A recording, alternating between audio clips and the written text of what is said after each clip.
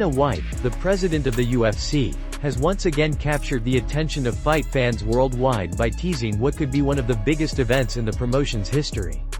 During the post-fight press conference following UFC 320, White revealed major plans for the organization's future, particularly with its upcoming partnership with Paramount. This move signals a new era for the UFC, one that White insists will begin with a spectacular showcase this January.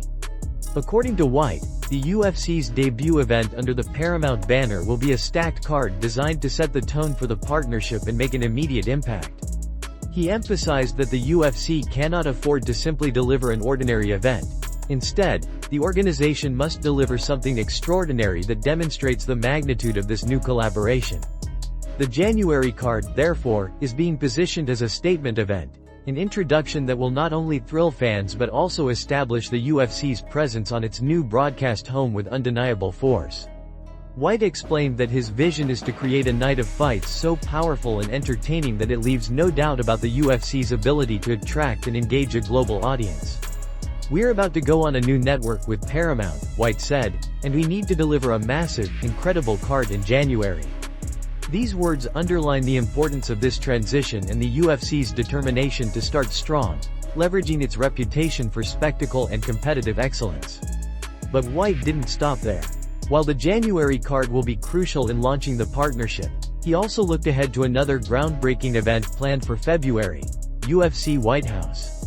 This unique card, already generating significant buzz within the combat sports community, is being billed as potentially the most historic fight card in the organization's history. White was clear in his conviction, stating that this card will not only live up to expectations but surpass them, setting a new benchmark for what the UFC can deliver. Calling the White House event the greatest fight card ever assembled, White's words carried the weight of both confidence and anticipation. The UFC has a long track record of making bold promises and then finding a way to exceed them, and fans will be eager to see how the organization plans to top its already legendary events. With star fighters across multiple divisions currently active and storylines developing at a rapid pace, the possibilities for such a card are endless. The announcement reflects the UFC's continued ambition to expand its reach, entertain on a global scale, and maintain its place at the forefront of combat sports. By aligning with Paramount, the UFC gains a powerful media partner capable of amplifying its presence even further. With January's stacked card on the horizon and the monumental White House event planned for February, the first months of 2025 are shaping up to be a defining moment in the UFC's history. The UFC lightweight division has long been regarded as one of the most competitive and talent-rich weight classes in the sport, and it appears that a new title contender will soon emerge.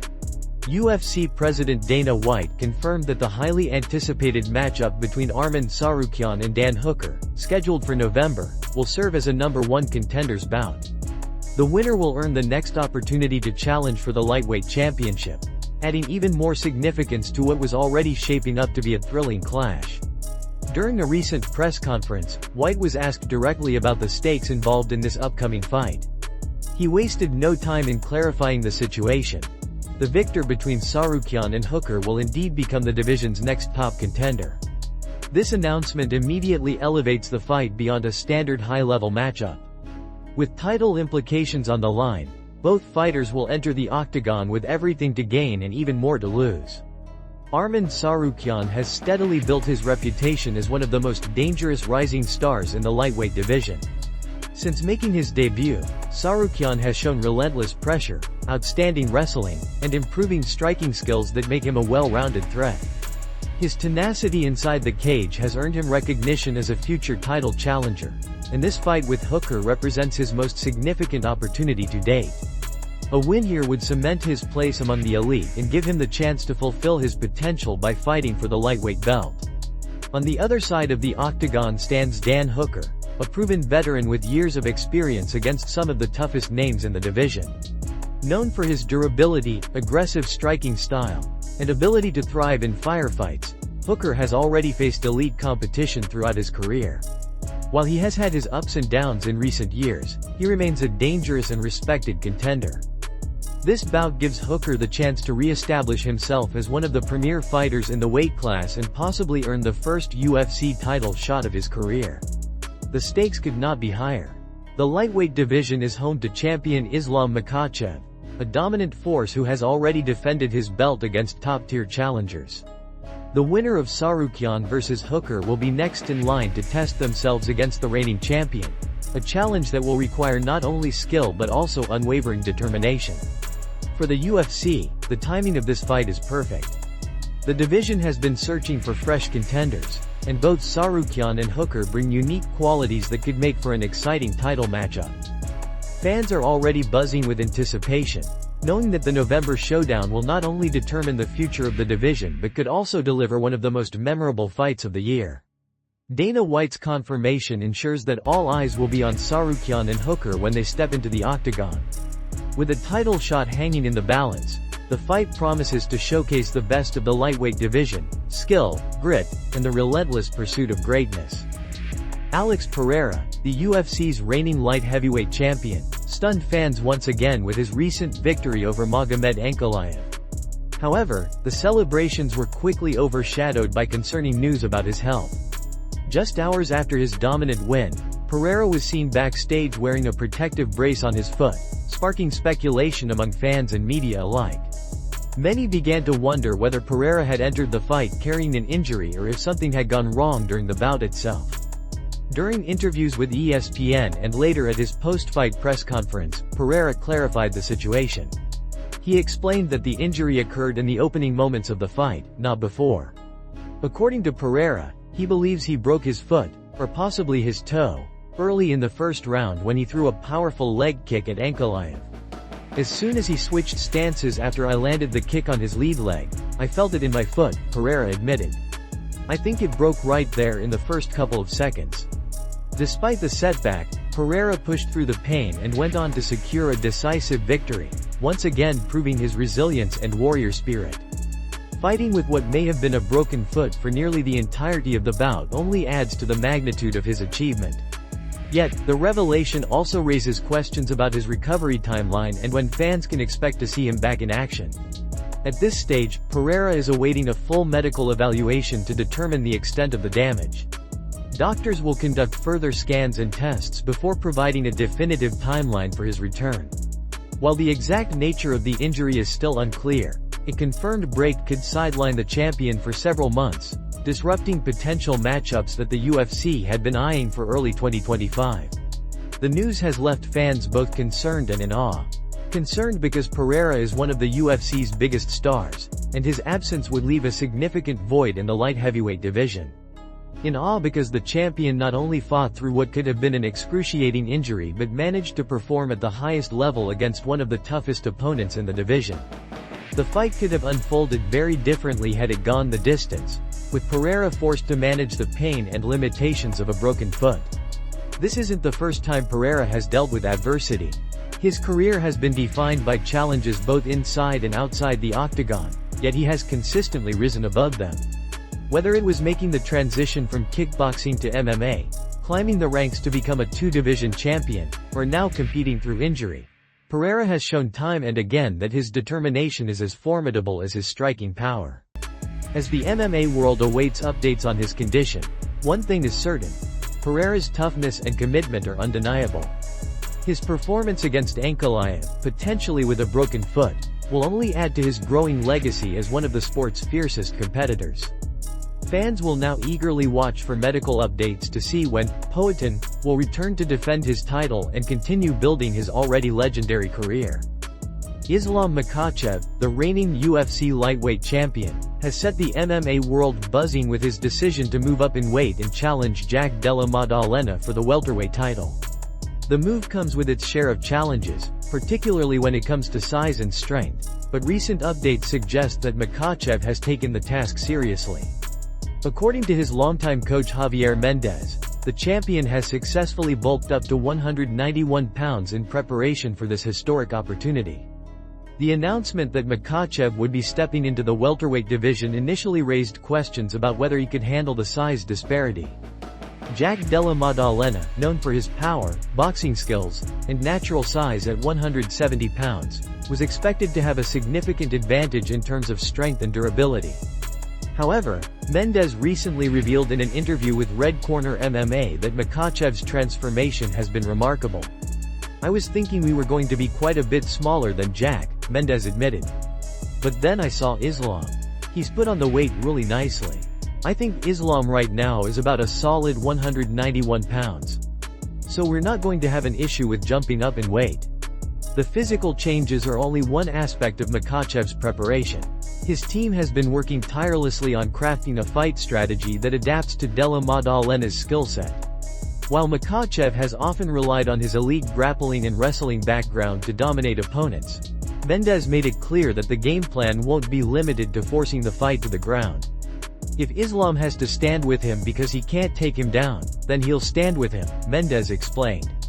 "We're looking to take advantage wherever Jack gives us openings, whether that's on the feet or on the mat."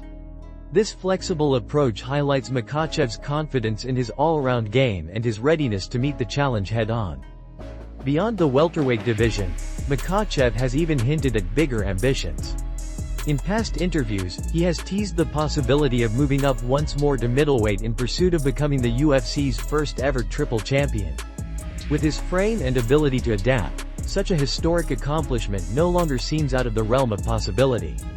Evidence of Makhachev's physical potential has been echoed by other fighters who have trained with him. Punahele Soriano, ahead of his own fight with Nikolai Veretennikov, recalled a sparring session with Makhachev from years ago, back when Islam was still competing at lightweight. Soriano admitted he hadn't been training at the time but still agreed to a workout arranged by Makhachev's manager, Ali Abdelaziz. "It was just me and Islam," Soriano recalled. "This was still 155-pound Islam, and I was a middleweight at the time, but he absolutely dominated me. He just beat me up the whole session. I think he's going to do great at welterweight.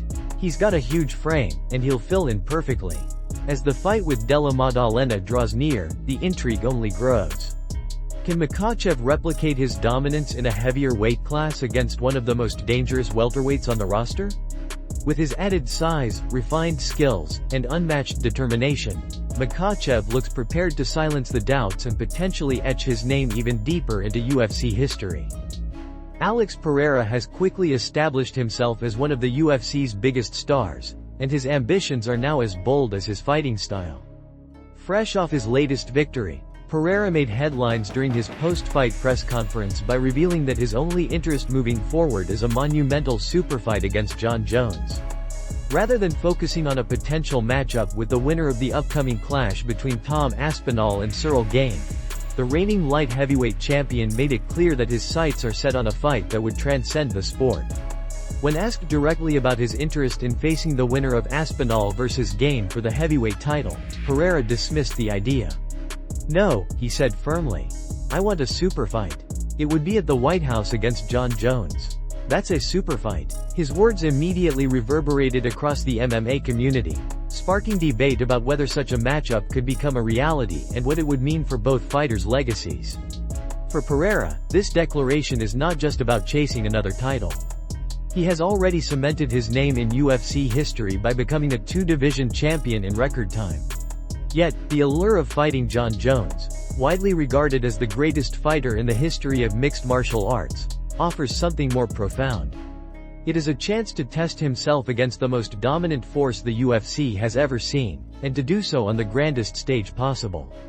The proposed stage itself adds to the spectacle. The UFC's planned White House event has already been billed by Dana White as the most ambitious fight card in the promotion's history.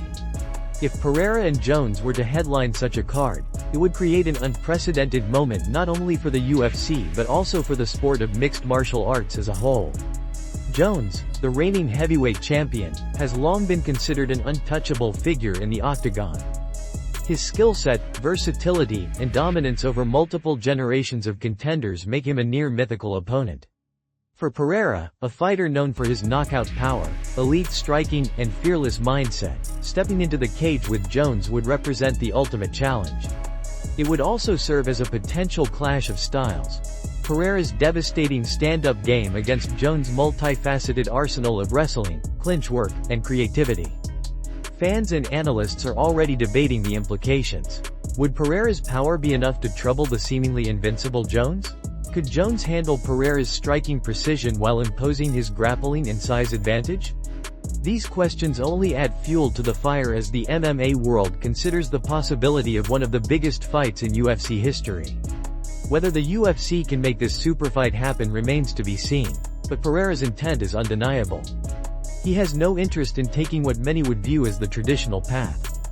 Instead, he wants to leap straight into history by facing Jon Jones in a bout that would redefine the meaning of a superfight. For Pereira, it's not about climbing the ranks. It's about chasing greatness on the largest stage imaginable.